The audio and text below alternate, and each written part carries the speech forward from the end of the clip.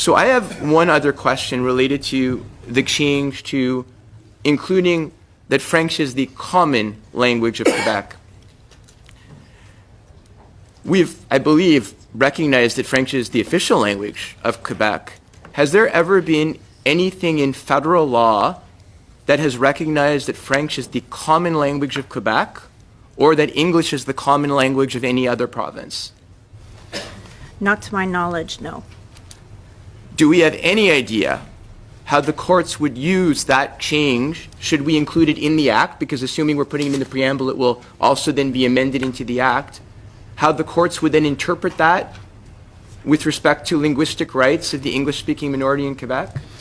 I'm not sure how it would be interpreted by the courts. However, in the preamble here, it does describe what the charter says for the French language. So it's more of a descriptor, I think, of the charter, which says that it is the official and common language in Quebec.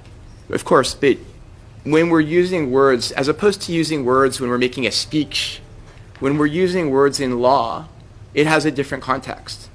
And the courts will say, when they're interpreting the rights of the English-speaking minority in Quebec, that the law has introduced a new word. The legislator has a purpose and an intent of saying that French is the common language of Quebec.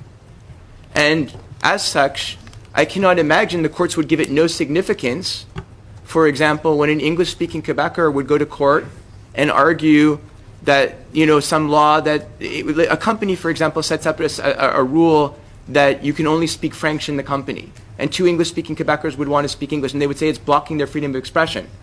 But the court, especially if it was in the government, and it was a government that passed that law, may interpret that as saying, but French is the common language. So when we look at your right to speak English, we balance that with French being the common language of Quebec, which assumes that two Quebecers, even if they're two English-speaking people, should be speaking French to each other in a public setting. I mean, at least that's how I would see it. I also